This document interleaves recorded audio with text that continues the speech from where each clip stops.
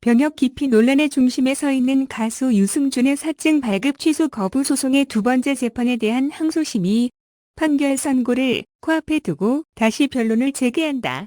법조계에 따르면 서울고등법원 행정구 다시 3부는 오는 16일로 예정됐던 유승준이 주라 총영사를 상대로 낸 사증 발급 거부 처분 취소 소송 항소심 판결 선고기 이를 취소하고 지난 6일 변론을 재개하기로 결정했다. 이번 재판은 유승준이 정부의 비자 발급 거부 처분을 받아들이지 않고 제기한 두 번째 소송. 재판부는 변론 기일을 오는 4월 20일로 결정했다.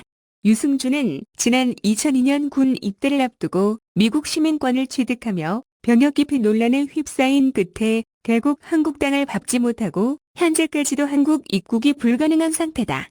유승준은 2015년 주라 총영사를 상대로 사증 발급 거부 취소 소송을 제기했지만 2심에서 패소했는데 대법원이 원심을 파기했고 급기야 2020년 3월 대법원 승소 판결을 얻어내기도 했다. 하지만 외교부는 대법원의 판결 취지가 비자 발급 거부 과정에 절차적 문제가 있다는 것이라는 근거를 들고 유승준의 비자 발급 신청을 재차 거부했다. 이에 유승준은 다시 주라 총영사를 상대로 2020년 10월 다시 행정소송을 제기했고 1심 재판부는 지난 4월 원고 패소 판결을 내렸다.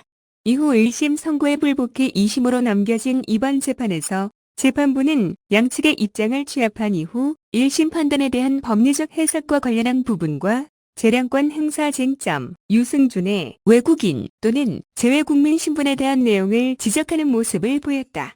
당시 재판부는 변론을 마치는 것으로 전제하고 최종적으로 양측의 입장을 들어보고 쟁점이 되고 있는 재량권에 대한 유권 해석을 어떻게 하고 있는지를 지켜보는 모습을 보였다.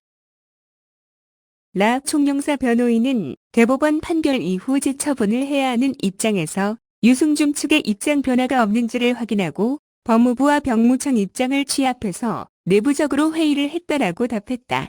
이에 유승준 변호인은 재량권 행사 및 절차에 대한 자료를 내라고 해서 실제로 어떤 심사가 있었는지는 내용상으로 들어간 게 아니다.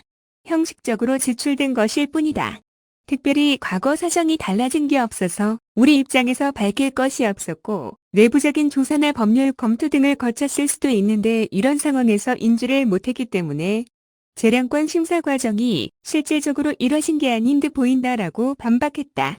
양측은 법리 해석이 필요해 보이는 한 조항에 대해서도 입장 차이를 보였다. 유승준 변호인은 병역 기피 목적으로 도피를 했더라도 38세가 넘으면 체류가 가능하다는 취지의 내용이 있고 재외 동포의 출입국 제한을 완화하는 규정이 있다. 추가 조항의 경우 재외 동포 체류 제외 사유에 해당하는 것이라고 판단한다. 수많은 개정안이 있었는데 병역 기피 목적 사유의 경우 재외 동포를 제외해야 한다는 사례도 있었고 파기환송 판결 역시 병역 기피와 무관하고 안보를 위협하지 않는다면 체류가 가능한 것으로 해석한다라고 밝혔다. 하지만 라 총영사 변호인은 38세가 넘는다고 법무부 장관 재량 없이 사증 발급이 가능하다는 뜻이 아니라고 판단하고 있다라고 반박하고 사증 발급 범위의 특성상 많은 재량을 어느 정도 해야 한다는 뜻일 뿐이고 사증 발급이라는 것이 국가 주권의 행사의 문제다. 여러 다양한 재량권 중에서도 광범위한 부분이기 때문에 이 사건을 마주하면서 조사한 결과 사법심사를 각하한 사례가 많았다. 사증 발급이 갖고 있는 법적 성격을 고려해 주시길 바란다라고 답했다.